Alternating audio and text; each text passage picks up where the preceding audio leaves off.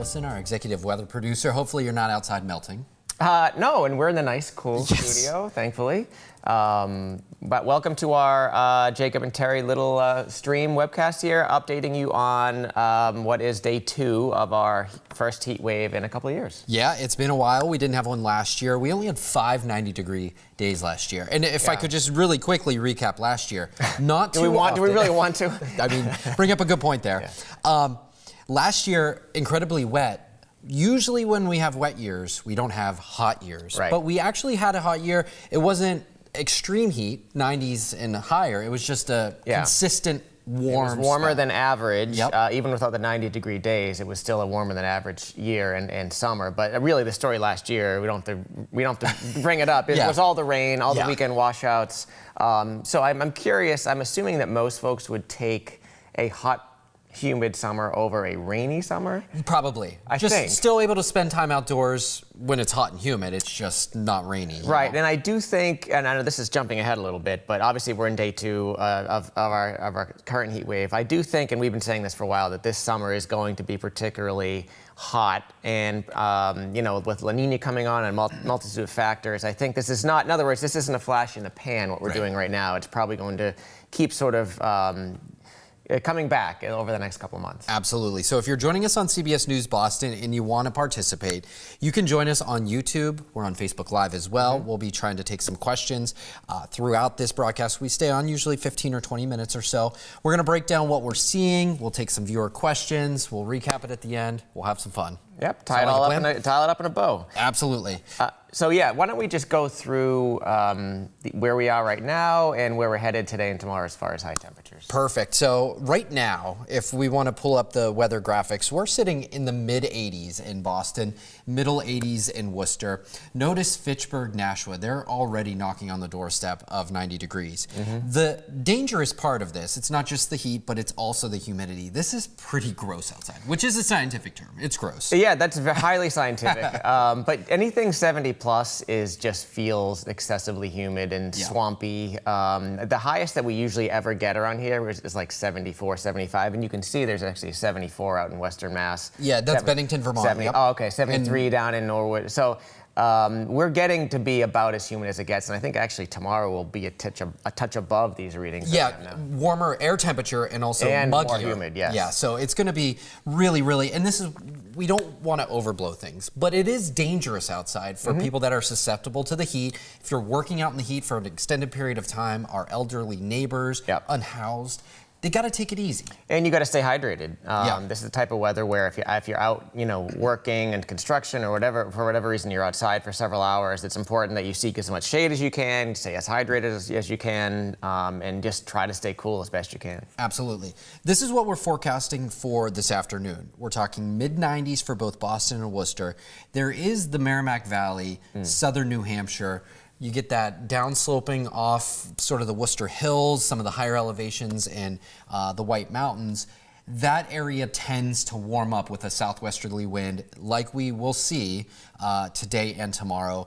They're gonna be close to triple digits, probably falling maybe a degree or two short, but Nashua at 97, this is the air temperature. Yeah. I bet you a couple towns in the Merrimack Valley, either today or tomorrow, will probably nick 100. And a lot of folks, even in the newsroom, are saying, you know, why in particular is it the Merrimack Valley where we think it's going to be hottest? Like, and it seems like in the wintertime, that's the spot where we get the most snow a lot of times, where the banding ends up happening. And this is the exact opposite. And again, like you said, it's that downsloping. So the winds, they're in a southwesterly direction, so they come up off the Worcester Hills.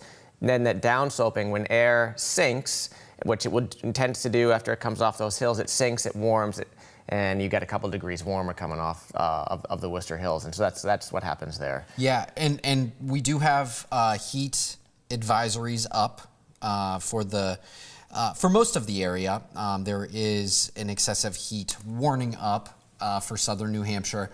Part of this is also the I guess climatology of things too, right? For New Hampshire to get heat indices that are 105, 107, it's a little more rare than Correct. us getting it. And their bodies maybe aren't as acclimated. I mean, I'm not acclimated. I've lived here for quite a long time. It's going to hurt me. It could potentially be more dangerous as you go up to the north. Yeah, I think what it is the thresholds are just a little bit different in different states. So the National Weather Service, that down in Taunton, or now in our local National Weather Service office that controls Massachusetts is different than the one that controls New Hampshire, and so their thresholds are a little bit different. I live a few miles from the Mass-New Hampshire border, and I can say that like folks up that way we're pretty much the same here in Mass as they are in Southern New Hampshire. Right. We're talking about a degree or two difference. So really, this is sort of semantics. It's got to be playing hot. The same game. It's got to be hot and humid everywhere.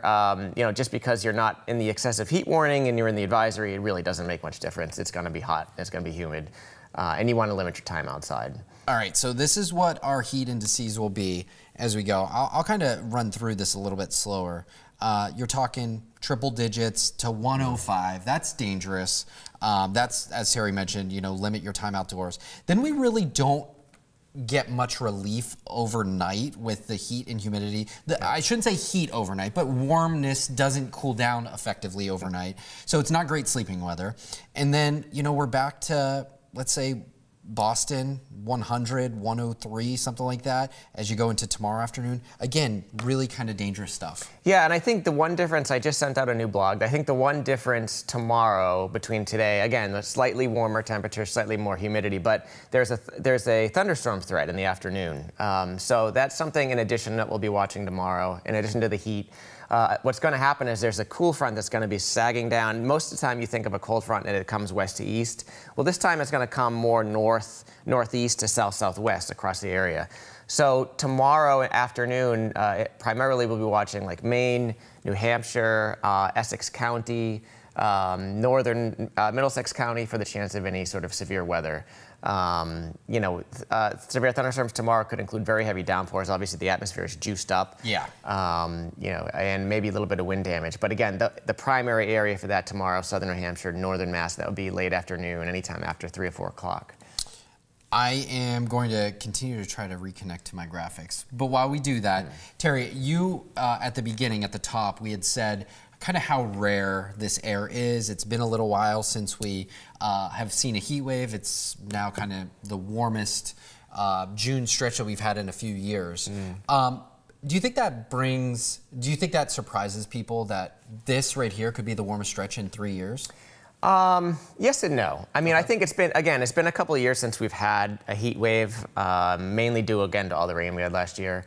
But in my mind, this is not all that unusual. I mean, a 3 or 4 day June heat wave is not unusual. I think we've had something like 30 or 35 heat in our history, which goes back about 150 years. We've had about 30 or 35 actual heat waves in Boston in June. So once every 3 or 4 years it happens. So not all that unusual.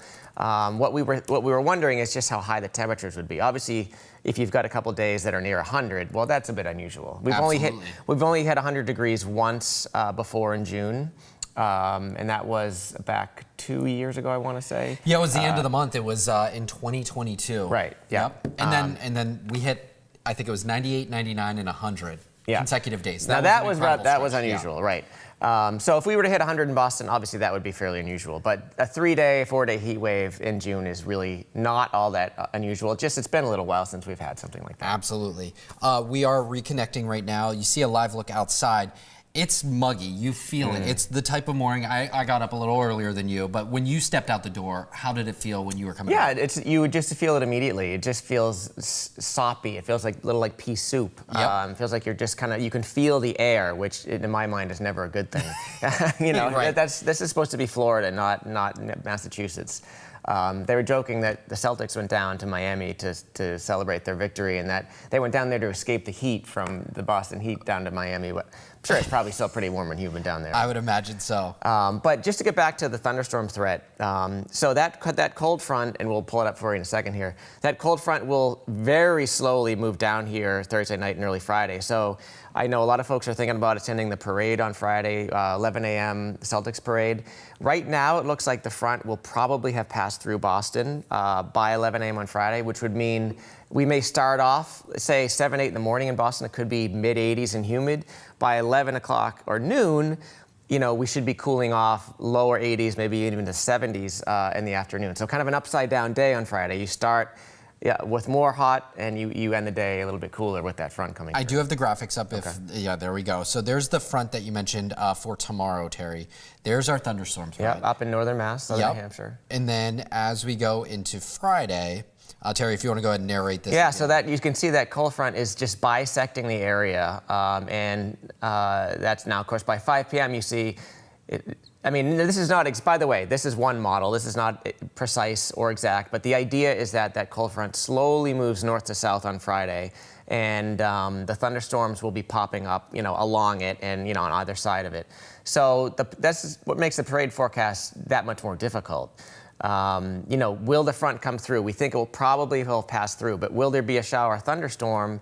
Between 11 a.m. and 1:30, you look at this particular model and it's awfully close. A lot of the thunderstorm development is favored just west of Boston, but a little too close for comfort if you've got 1 million people on the streets of Boston. Right, absolutely. I mentioned it this morning on the morning show. It's almost trading one evil for another, right? Do you want 1 million people to deal with the heat or 1 million people to deal with the thunderstorms? I don't know the right answer. I just forecast the weather. I don't have the right answer. But it is something certainly we're watching for. For the heat wave, yesterday was our first 90-degree reading of the season. It took a little while to get to that point. Granted, Boston Logan, a little bit different. at the ocean, right off the harbor there, influenced heavily by the water any season. Other places inland have had their first 90. Boston's usually a little bit later. Our climate set is very unique here in Boston. In my mind, the best spot for our official climate record would be somewhere downtown Common. And it used to be, back in the 1930s, used to be in Post Office Square. For whatever reason, they decided to move the official ASOS, which is the National Weather Service equipment, basically out on the runway at Logan, which, as you know, it's basically in the middle of the ocean. So any sort of little puff of wind in any direction, from the east, and your temperatures are going to be much different. Right. So Boston is always a tricky forecast, and it's not downtown Boston. We're we're forecasting for Logan Airport, and as far as the heat wave goes. And yesterday, all day long, Eric and I are looking, it's 90 to 95 everywhere, and Boston's sitting at 84, 85. And then eventually, I think it was either 4 or 5 o'clock, the winds shifted from southeast, southwest, and we puffed up to 92 degrees. Yep. Yeah. And we're already, you said it was like 84. We're now sitting at 86. And it's 11 o'clock. It's very likely that we'll get there today. Now, if we go back to the records, let me pull that up. This is, stand by. The records, we're going to be in the neighborhood of some records, possibly falling just short. Yeah, Boston's records are fairly high this week, especially for June. I want to say today was 96, tomorrow's 98. I'm sure you'll bring it up in a second. So close, perhaps. Like you said, probably a degree or two short. There you go. So yesterday the record was 94. We hit 92, and our forecast is basically to fall a couple degrees short each day of the records. But not to say that we couldn't nick it. We couldn't get there. And just because we're not in record territory, we're in the neighborhood, and it's still dangerous. In fact, the air temperature is not what you feel as you head out the door. And interesting to note, the records for Tuesday, Wednesday, Thursday were set back at 1920s, and then, of course, on Thursday, 1953, which this day and age, it seems like most of the records were set in more modern time. Almost every high temperature record, typically nowadays, you see somewhere between like 1998 and 2023. That's 25, 30 That's 25 years. So these records are unusually old. There for the taking, but again, we're forecasting a few degrees shy. So this is I want to show the forecast map for Thursday. For Friday, rather, this is where we see some of that relief coming in. Yeah, but again, it's going to be progressively better as the day goes on. So you wake up in the morning, it could be, so that 85 degree in Boston, that's a morning temperature. By one in the afternoon, could be 76, 78. And you can see we have hotter temperatures in like Southbridge, Worcester, Pawtucket, because the front's going to take longer to get there. Again, imagine that front coming basically north to south, or northeast to southwest across the region. So down in, like, say, Hartford, Connecticut, or anywhere in Connecticut, they're going to be well into the 90s on on Friday because the front just won't get there yet. Whereas Southern New Hampshire, Essex County may not get out of the upper 70s, low 80s because the front's going to have passed through there much quicker. Do have a couple of comments on Facebook. Terry, if you want to pull up YouTube Sure. and just check it out.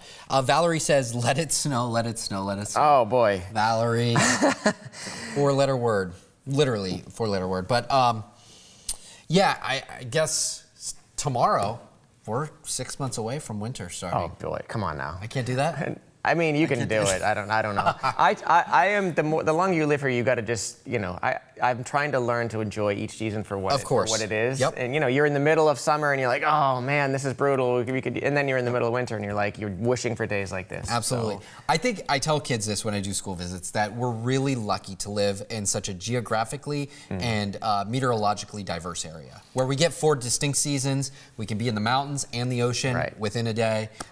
We're really lucky to see that. And by the way, you can take a short hour or 2 drive if you want to cool off. The Cape is in the going to be, I don't know what it is right now. It's probably in the 70s. So I'll pull up the current temperature. Because the ocean temperatures are still 60, 65 down there. You can see the Cape current temperature is 77, 78. So not too far off if you want the relief. Yeah, and they have that nice onshore wind. It's going to be nice and breezy there. Nantucket looks lovely, 71 degrees. Yeah, hop on that ferry. Let's pull up the forecast for the Cape and Islands over the next couple of days. Really, the heat wave will likely break on Friday, barring any sort of changes, slowing down of the front. But Thursday looks like a pretty nice day, too, if you want to head to the beaches. I mentioned it a couple of times, but museums. I'm a big fan of the Museum of Science and the Children's Museum, but, the art museums are always great, the libraries. Find a place to stay cool, and I mean, it's summer, kids still got to get their learn on, Yeah, I mean, so just driving by, we have right down here on Soldiersfield Road, this splash park has been hopping the last couple of days. So I think a lot of those places, there are so many great places to go to beat the heat. If you're, unfortunately, if you don't have air conditioning at home, the city has provided several outlets, several places to go to. Yeah. Now, today may be a little bit different with the holiday. There may be, this is actually a subject of our morning meeting this morning, is what places are open, what are closed, but there are certainly places you can go to beat the heat. Unfortunately, a lot of our ponds, even some of the beaches, are closed due to some bacteria. So it's a complicated, it's a bit complicated, but you can go on our website and find some of those spots where you can go. Yeah, call ahead if you have any questions too. Did get a comment from Alan and a response from Mike. Alan said, "Come on, it's summer, deal with it."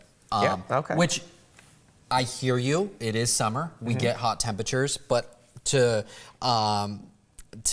give a comment back, Mike says to all the folks that say it's summer, you do know the average summer temperature in this area is 80 to 85 degrees. Right now it's 77, 78 the degrees. average, yeah. So we're well above that. We're 15, 20 degrees Today above is a 20-degree day above average. Yeah. And again, it happens. Again, like we said, it's not unusual to have a heat wave in June, to be in the 90s in June, but it is when you've got 3 or 4 straight days of this stuff and without much cooling off at night with high humidity. Again, some folks are not as fortunate as others to have the means to cool off and to stay cool. So absolutely. And we all have different health things going on, elderly neighbors, that sort of thing. Now, this probably goes without saying, but obviously the car heats up very quickly. You had an experiment. I guess you would call it. Yeah. Back a couple of years ago. Just briefly talk about that. Yeah. So where I had been living at that time, basically we had a few hot car deaths over a span of 3 or 4 days, and it really broke my heart. I wasn't a father at that time, but it really tore at me. So I basically sat in a car, had a doctor outside to show the impacts on the human body, what I went through, and I documented it. I had a couple of GoPros. Over that time, I think that my heart rate started, I don't know, resting heart rate was around 50. By the time I exited the car 30 minutes later, it was like 125. My blood pressure skyrocketed. I was drenched in sweat. Just from 30 minutes. Just from 30 minutes. And it was a 90-degree day. And it was a 90-degree day, and the temperatures in the car went from like 85 to 125 in those 30 minutes. And it's sort of a logarithmic. It rises quickly. I obviously could open the door and exit at any point. Kids or pets aren't able to. Right. And so that's really why I wanted to bring awareness to it. I am convinced that I may have some long-term health issues from that, for real. No kid, really? Yeah, I've had, ever since that point, I've had memory issues. You are getting older as well. Well, that too, yeah, you see it in the gray. But I will say that, and I did this experiment, I put it out on social media. Other people that have done it have contacted me and said, hey, Really? Yeah. So I don't know, I mean, maybe I fried my brain, literally fried my brain. Wow, okay. So I would not recommend that. You know, you at home, we're big social media people. I did it with a doctor outside. If I had checked prior to, probably wouldn't do it. Yeah. So it's one of those things that we absolutely have to watch for. I use the phrase, beat the heat, check the back seat. Because that's, we get in our routines, we are busy, we're on our phones, and then we forget our kids buckled in. And unfortunately, it usually takes a really bad turn, a tragic turn. And not to mention, you know, if you know your neighbors don't have air conditioning, especially if they're elderly, you know, just give a check on them, you know, or offer up some help if you can. Again, we're not saying this is like the craziest weather stretch ever, but it is 3 to 4 days of 90 plus, and you know, it can get, again, without the cooling off at night, that, you know, it can get really brutal. I think you put together this graphic, is the record minimums. We're going to be in that sort of territory too. Let me see. So the low temperatures so the low temperatures typically fall to somewhere around the dew point readings, and when the dew points are this high, our low temperatures, as you can see, the forecast for the next few days in the 70s for lows, and these are again as low as it gets, and that's typically early morning. Again, probably no record set, but nonetheless, pretty gross sleeping weather. Yeah, horrible stuff. I actually, on this same note, I did a research and story on when it comes to nighttime temperatures and uncomfortable sleeping weather. It causes an increase in mental health episodes. So when you have these extended periods of uncomfortable weather and people aren't sleeping well, I mean, it goes without saying, right? If we don't sleep enough, we start to get there are enough reasons why we're not sleeping enough, right? And you add the weather in and it's I don't doubt that at all. So that was a very interesting story, and it was actually, the reason it came up is there's a big need for, just in general, mental health professionals, but then climate change on top of that increases that need even more. So you bring up climate change, and I've had a few of these questions over the last few days, like, you know, can we attribute what's going on now to climate change? And we probably need a whole another half an hour to cover that discussion. But, you know, typically what I say is, you know, it's hard to pin one storm or one heat wave or one record-setting day on, you know, global climate change. What probably would be more relevant is if this continued throughout the summer, and we're seeing record-breaking number of 90-degree days or record-breaking high levels of humidity over the course of weeks and months. You know, then we could probably make more of a connection. But, you know, a 3-day heat wave in June, again, not completely unusual. Absolutely. I'm going to pull up just showing how many 90-degree days we've had over the last few years. I think last year sort of an anomaly. Very much so. Again, with all the rain, I think we had there it is, it's coming up now, 5 90-degree days last year. And it was still a warm year. And it was. It was still a top 10 warm year. Yep. So I guess it just speaks to the consistency of maybe not hot, but just warm temperatures we had. Meanwhile, 21 and 22, we had 20 plus. Those are some hot summers. Yeah, I think globally 22, or was 23 the hottest year on record? I feel like last year? It was, yes. Yeah. Correct. And 24 is on pace to even beat that. Yeah. It's funny, like we show these numbers, and if folks are watching from, say, maybe they're transplants from Texas or somewhere in the Southwest, they're like, 21, 24 90-degree days, that's like a typical month for us. But again, here in Boston, I want to say we average close to 16 or 17 total 90-degry days each year. So we have had some pretty rough years just in the last few. Absolutely. Do you want to check YouTube real quick? Yeah, YouTube. I've not seen. Nope, no comments. yet. Okay. No worries on that. Let me just, before we go, we'll pull up the 7-day forecast. We'll continue to watch this over the next couple of days, and we'll have your Patriots, not Patriots. Yeah, I was parade and sports. Parades usually involve Patriots. That's but, true. Once in a while, the other teams get. The Celtics parade forecast. We'll watch to see how that plays out. Here's your full 7-day forecast. Mid to upper 90s the next couple of days when you factor in the humidity. Hey, by the way, summer officially starts tomorrow. Absolutely. That's why I said 6 Summer months solstice. from now. Summer solstice. It's winter solstice.